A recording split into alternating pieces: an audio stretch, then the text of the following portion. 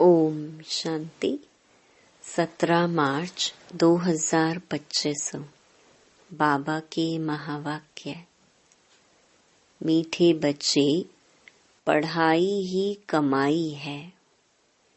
पढ़ाई source of income है।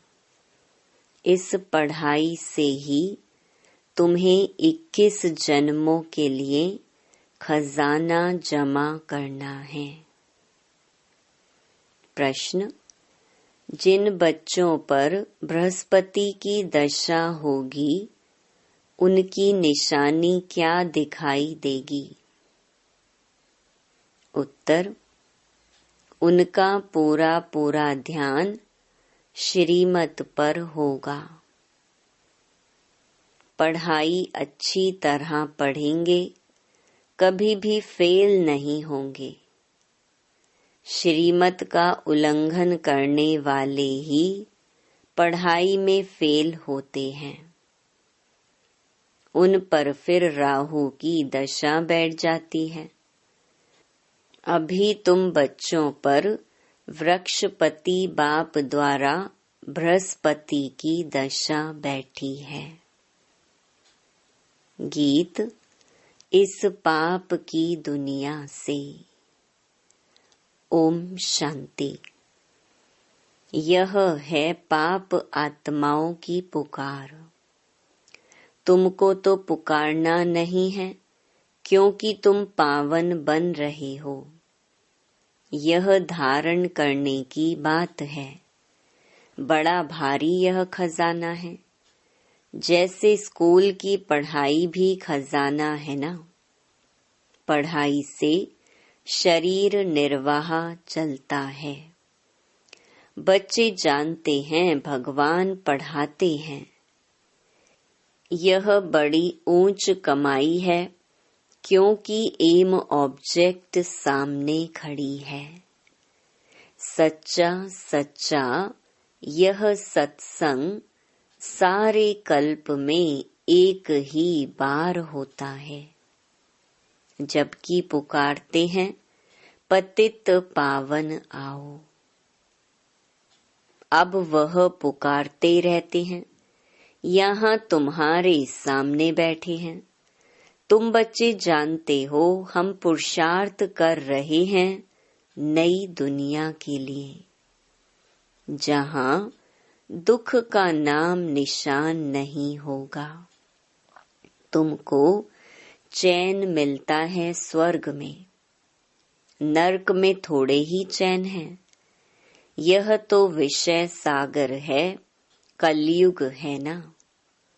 सब दुखी ही दुखी हैं। भ्रष्टाचार से पैदा होने वाले हैं।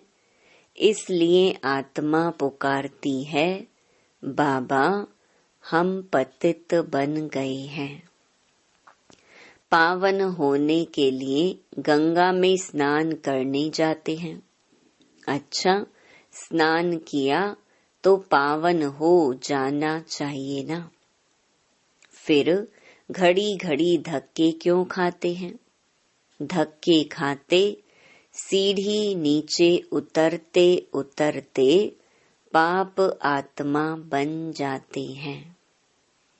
84 का राज तुम बच्चों को बाप ही बैठ समझाते हैं, और धर्म वाले तो 84 जन्म लेते नहीं।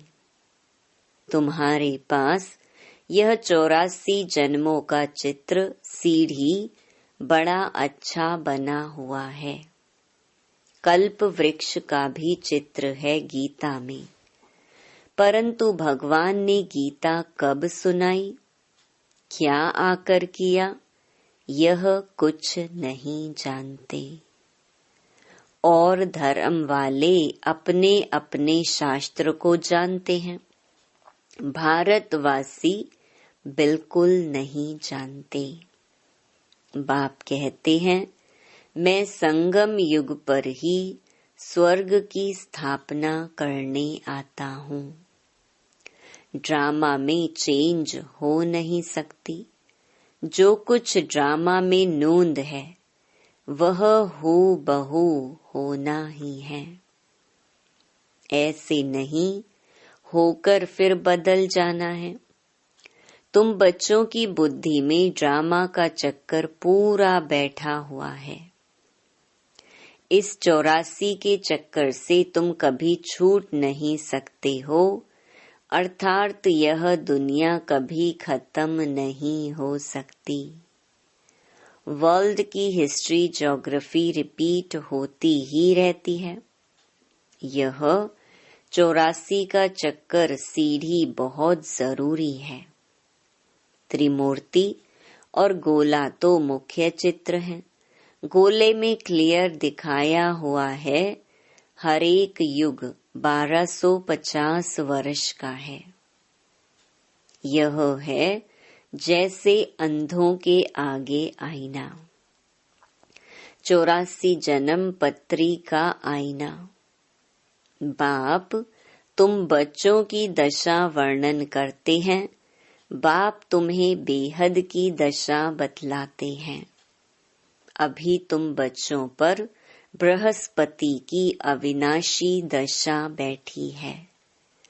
फिर है पढ़ाई पर मदार, कोई पर बृहस्पति की, कोई पर शुक्र की, कोई पर राहु की दशा बैठी है।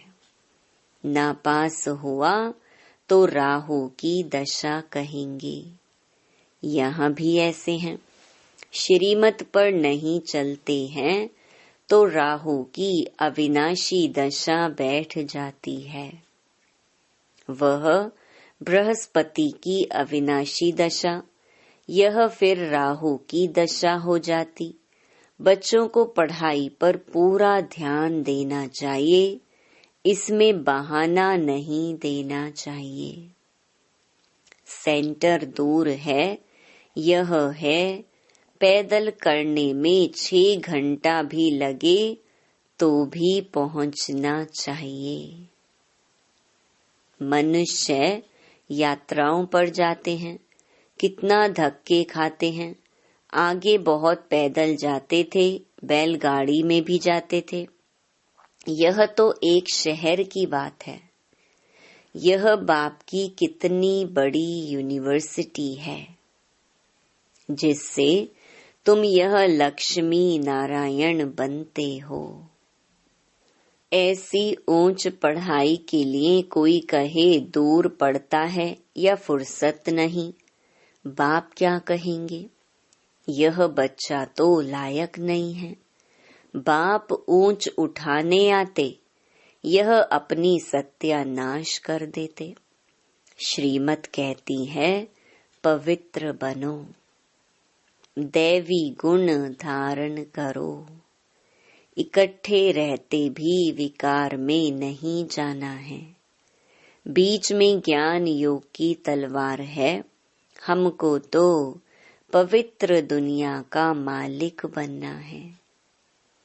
अभी तो पतित दुनिया के मालिक है ना। वह देवताएं थे डबल सिरताज, फिर आधा कल्प बाद लाइट का ताज उड़ जाता है। इस समय लाइट का ताज कोई पर भी नहीं है। सिर्फ जो धर्म स्थापक हैं उन पर हो सकता है, क्योंकि वह पवित्र आत्माएं शरीर में आकर प्रवेश करती हैं। यही भारत है, जिसमें डबल सिरताज भी थे, सिंगल ताज वाले भी थे।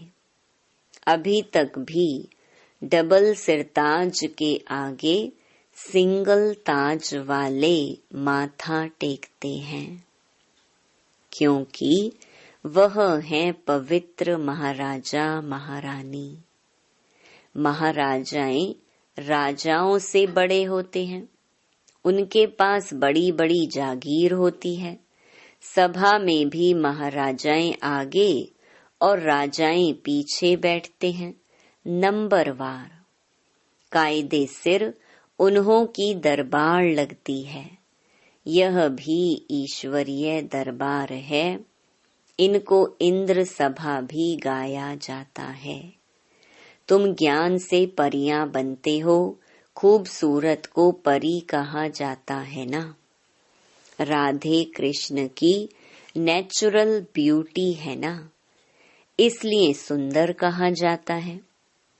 फिर जब काम चिता पर बैठते हैं तो वह भी भिन्न नाम रूप में श्याम बनते हैं। शास्त्रों में कोई ये बातें नहीं है। ज्ञान, भक्ति और वैराग्य 3 चीजें हैं। ज्ञान ऊंचते ऊंच है। अभी तुम ज्ञान प्राप्त कर रहे हो, तुमको वैराग्य है भक्ति से। यह सारी तमो प्रधान दुनिया अब खत्म होने वाली है, उनसे वैराग्य है। जब नया मकान बनाते हैं तो पुराने से वैराग्य हो जाता है ना। वह है हद की बात, यह है बेहद की बात। अब बुद्धि नई दुनिया तरफ है, यह है पुरानी दुनिया नरक। सतयुग त्रेता को कहा जाता है शिवालय। शिव बाबा की स्थापना की हुई है ना। अभी इस वैशाल्य से तुमको नफरत आती है, कईयों को नफरत नहीं आती है। शादी बर्बादी कर गटर में गिरना चाहते हैं। मनुष्य तो सभी हैं विषय वैतरणी नदी में, गंध में पड़े हैं, एक दो को दुख देते हैं। गाया भी जाता है अमृत छोड़ विष काहे को खाए। जो कुछ कहते हैं उसका अर्थ नहीं समझते हैं। तुम बच्चों में भी नंबरवार हैं। सेंसिबल टीचर देखते ही समझ लेगा कि इनकी बुद्धि कहाँ भटक रही है। क्लास के बीच कोई उबासी लेते या झुटका खाते हैं तो समझा जाता है इनकी बुद्धि कहाँ घर बार या धंधे तरफ भटक रही है। उबासी थकावट की भी निशानी है। धंधे में मनुष्यों की कमाई होती रहती है तो रात को 1-2 बजे तक भी बैठे रहते हैं, कभी उबासी नहीं आती। ये तो बाप कितना खजाना देते हैं। उबासी देना घाटे की निशानी है। दिवाला मारने वाले गुटखा खाते बहुत उबासी देते हैं।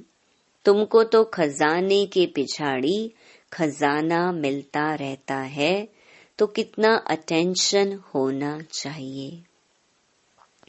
पढ़ाई समय कोई उबासी दे तो सेंसिबल टीचर समझ जाएगा कि इनका बुद्धि योग और तरफ भटकता रहता है। यहाँ बैठे घर बार याद आएगा, बच्चे याद आएंगे। यहाँ तो तुमको भट्ठी में रहना होता है और कोई की याद ना आए। समझो कोई 6 दिन भट्ठी में रहा, पिछाड़ी में किसकी याद आई? चिट्ठी लिखी तो फेल कहेंगे। फिर 7 रोज शुरू करो। 7 रोज भट्ठी में डालते हैं कि सब बीमारी निकल जाए। तुम आधा कल्प के महान रोगी हो, बैठे बैठे अकाले मृत्यु हो जाती है। सतयुग में ऐसे कभी होता नहीं है। यहाँ तो कोई न कोई बीमारी जरूर होती है। मरने के समय बीमारी में चिल्लाते रहते हैं। स्वर्ग में जरा भी दुख नहीं होता। वहाँ तो समय पर समझते हैं अभी टाइम पूरा हुआ है, हम यह शरीर छोड़ बच्चे बनते हैं। यहाँ भी तुमको साक्षात्कार होंगे कि यह बनते हैं। ऐसे बहुतों को साक्षात्कार होते हैं। ज्ञान से भी जानते हैं कि हम बेगर टू प्रिंस बन रहे हैं। हमारी एम ऑब्जेक्ट ही यह राधे कृष्ण बनने की है। लक्ष्मी नारायण नहीं, राधे कृष्ण, क्योंकि पूरे 5000 वर्ष तो इनके ही कहेंगे। लक्ष्मी नारायण के तो फिर भी 20-25 वर्ष कम हो जाते हैं। इसीलिए श्री कृष्ण की महिमा जास्ती है। यह भी किसको पता नहीं कि राधे कृष्ण ही फिर सो लक्ष्मी नारायण बनते हैं। अभी तुम बच्चे समझते जाते हो, यह पढ़ाई है।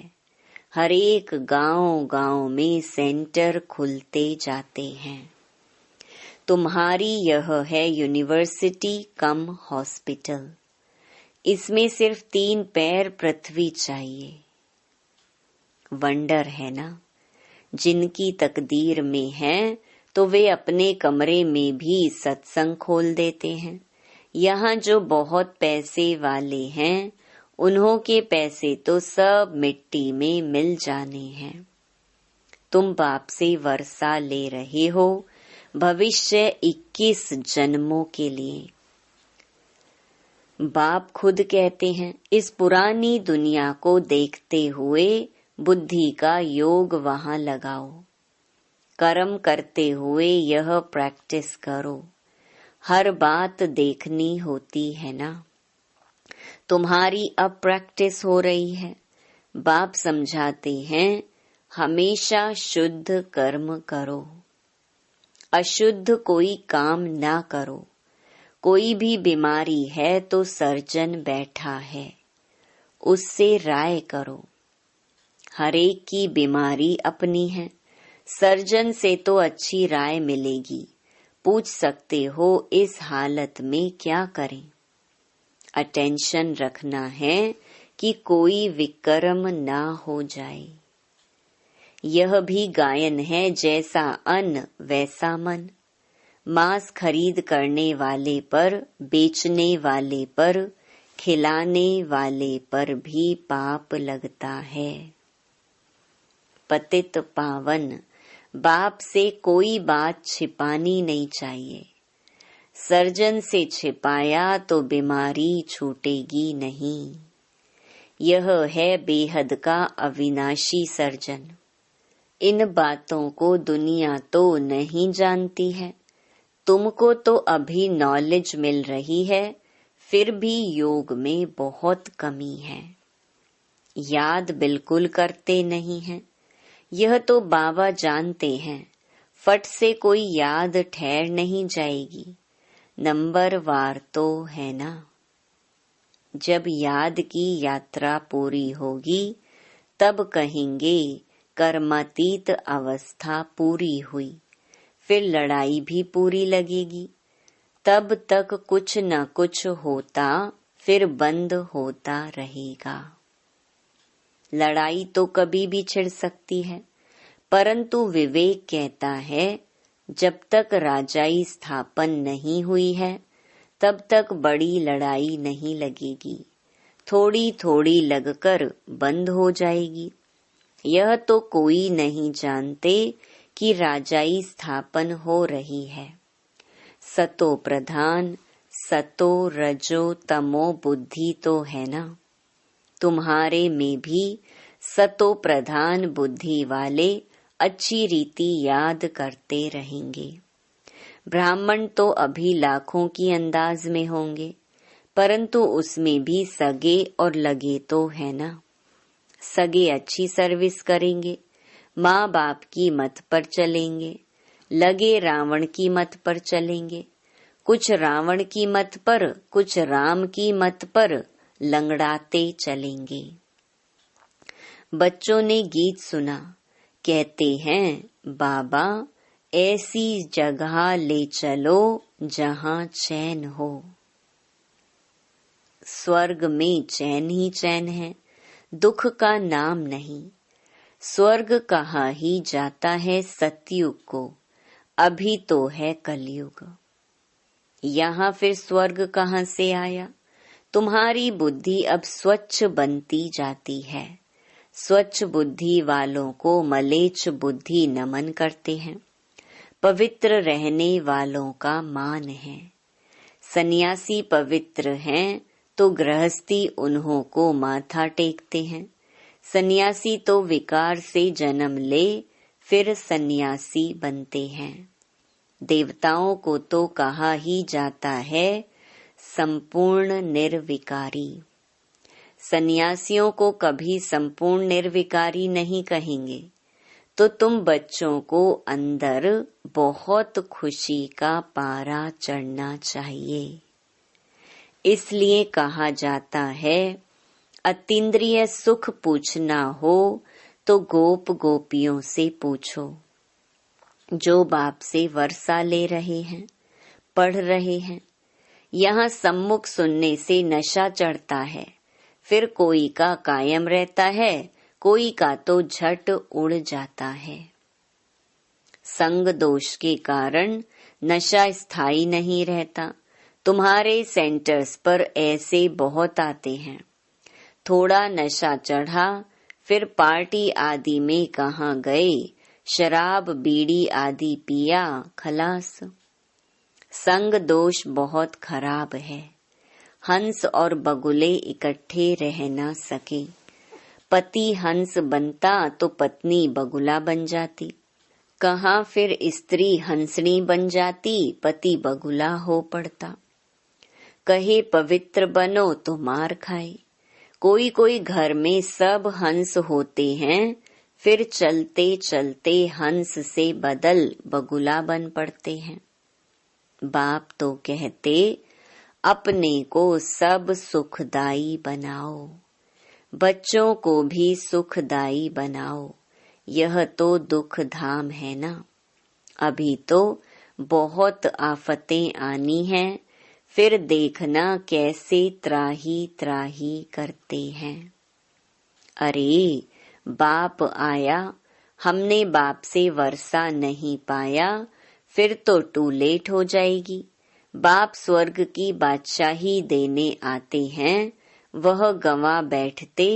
इसीलिए बाबा समझाते हैं कि बाबा के पास हमेशा मजबूत को ले आओ, जो खुद समझकर दूसरों को भी समझा सके।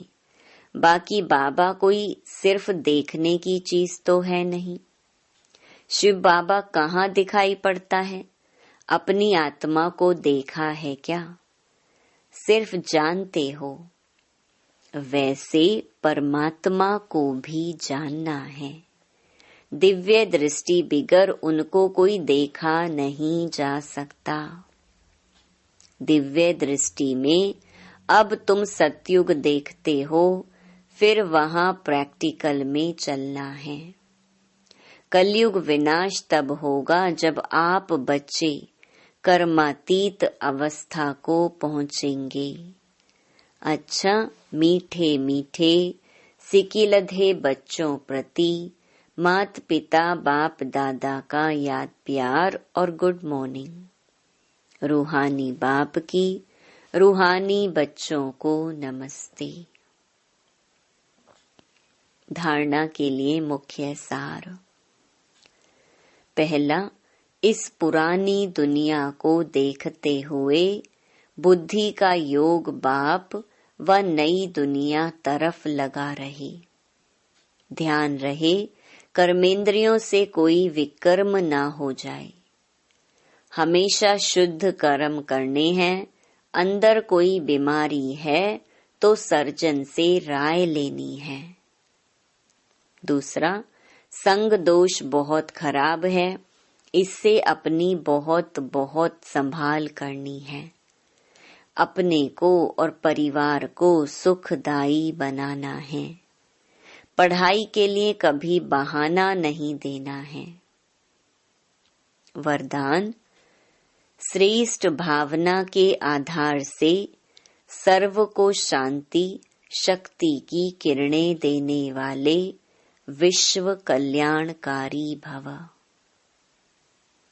जैसे बाप के संकल्प व बोल में, नैनों में सदा ही कल्याण की भावना व कामना है, ऐसे आप बच्चों के संकल्प में विश्व कल्याण की भावना व कामना भरी हुई हो। कोई भी कार्य करते विश्व की सर्व आत्माएं इमर्ज हों। मास्टर ज्ञान सूर्य बन शुभ भावना व श्रेष्ठ कामना के आधार से शांति व शक्ति की किरणें देते रहो, तब कहेंगे विश्व कल्याणकारी। लेकिन इसके लिए सर्व बंधनों से मुक्त स्वतंत्र बनो।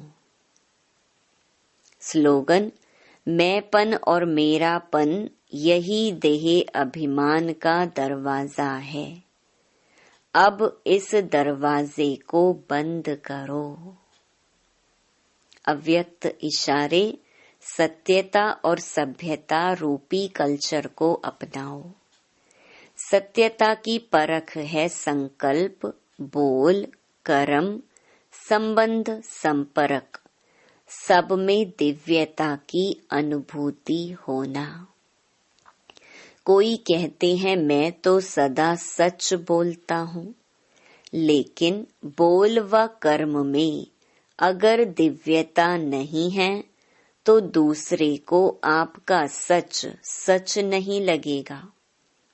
इसीलिए सत्यता की शक्ति से दिव्यता को धारण करो। कुछ भी सहन करना पड़े, घबराओ नहीं। सत्य समय प्रमाण स्वयं सिद्ध होगा। ओम शांति।